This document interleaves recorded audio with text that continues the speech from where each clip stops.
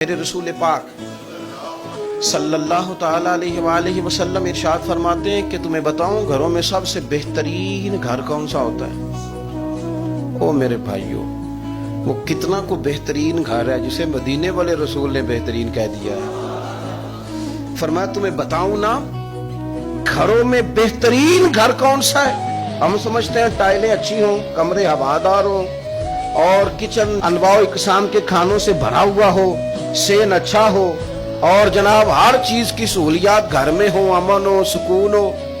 نہیں، حضور فرماتے ہیں مجھ سے پوچھو نا بہترین گھر کون سا ہے؟